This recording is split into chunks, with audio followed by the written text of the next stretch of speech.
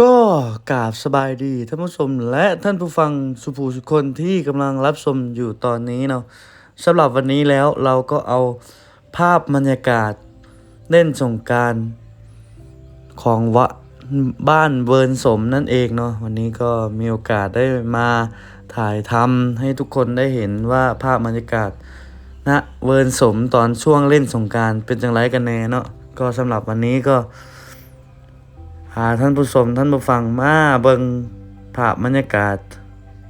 ก็ต้องบอกว่าปีนี้เวิร์นสมค่อนข้างจะโศกเศร้าหรือว่า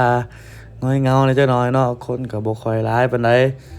คือฟังหน้ากระสังที่เฮาได้ไปมาก็มีมือหลายมือบ่เนาะสำหรับพม่าก็บ่ค่อยมีปานใดก็พอมีมาให้ทุกคนได้เห็นได้เบิ่งนี่คือภาพบรรยากาศโดยรวมที่เฮาได้เก็บมาฝากทุกคนนั่นเองเนาะ นี่เด้อเนาะบ้านเฮาก็คือบ้านเฮาเนาะมาดินมากินมาเที่ยวได้เนาะสำหรับงานสงกรานต์หรือว่างานปีใหม่ลาวนั่นเองเนาะ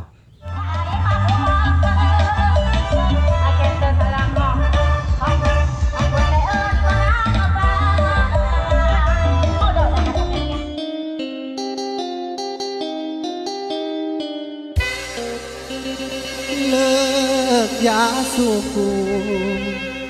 อายก็ยังเลิกได้ ให้เลิกคนหลายใจ คือน้องอายบ่หวานลาก่อนเดินองคาน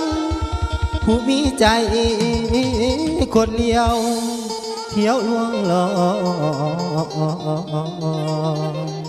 แต่ผู้ชายดอกเดนาง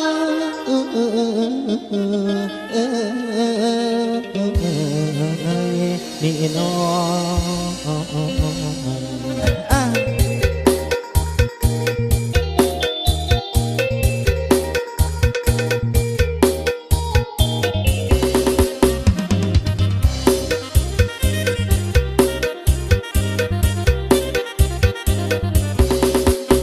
สูบยามาหลายเดือนปีผู้ว่าบ่ดีต้องตัดใจลาทำใจให้มันเข้มแข็งหมอดไฟสีแดงอยู่ที่ปลายกอกยาเหยียบลงดินแล้วให้สัญญาถ้าแฟนมันยาก็เลิกลาเหมือนกันน้องทานน้องคนหลายใจเจ้าหลอกให้อายซอกสาวอุลาอุตส่าห์มอบความหักแท้น้องเทคแค่ด้วยหักมันยาหลายครั้งที่เคยเสียน้ำตาต้องหักใจลาเหมือนยานี้เลยก่อนเคยสูบยาหลายครั้งก่อนเคยหักนางหลายเถื่อเจ้าหลอกลวงจนหัวใจอายเบื่ออีลากอีเลือเหมือนคนเมายาพออาก็เนิ่นนางนองพอไม่ปองแล้วคนใจบ่ซื้อกินข้าวพาหัวใจสู่มือสมาธิก็เป็นจังไรแน่เนาะพี่น้องเนาะสำหรับบ้านเวิร์นสมของเฮาเนาะบ้านเฮาเองนั่นเองเนาะก็เก็บมาฝากกันประมาณนี้อยากให้รับชมรับฟังนำกันเนาะว่าเป็นจังไรเนาะบ้านเมืองปีนี้ก็สิประมาณนี้เฮาก็มา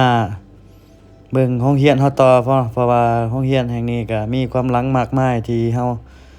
บ่ได้มาเป็นเวลาเนิ่นนานเนาะเฮาก็เลยเก็บโอกาสนี้มาถ่ายคลิปให้ทุกคนได้เบิ่งว่า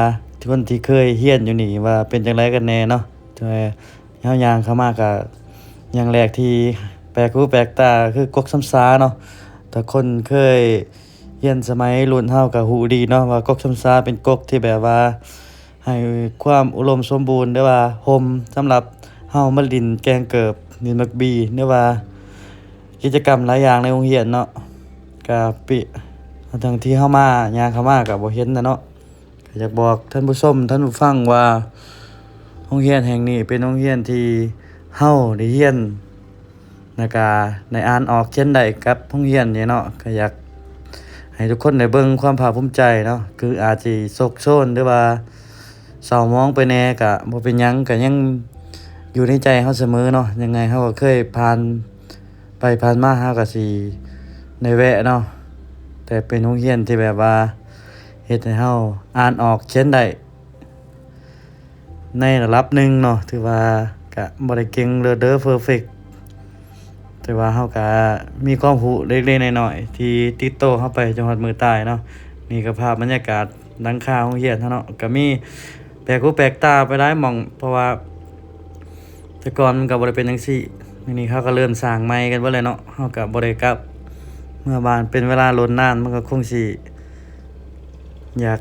แปลกหูแปลกตาไปเนาะก็อยากให้ทุกคนได้เบิ่งได้เห็นเนาะ ก็ความทรงจำสำหรับอยู่โรงเรียนบ้านเวิ้นสมนี่ก็มีหลายอย่างเนาะก็มีความหมายในแบบในสิ่งที่ดีแล้วก็บ่ดีหลายอย่างเหมือนกันเนาะก็ทั้งมีทั้งเรื่องราวที่เฮ็ดดีเฮ็ดบ่ดีไว้เนาะก็เป็นความจำที่ดีให้เฮาเนาะแล้วก็เอาไปเก็บไว้ปรับปรุงเจ้าของเนาะก็คลิปนี้โดยประมาณเนาะทำไผรับชมอยู่ก็อย่าลืมกดไลค์กดแชร์กดติดตามกันไว้ด้วยเนาะอย่าลืมแชร์ให้ทุกคนได้เห็นคิดมาละเมื่อยย่างตัดตรงไปโรงเรียนซุมื้อนี่เด้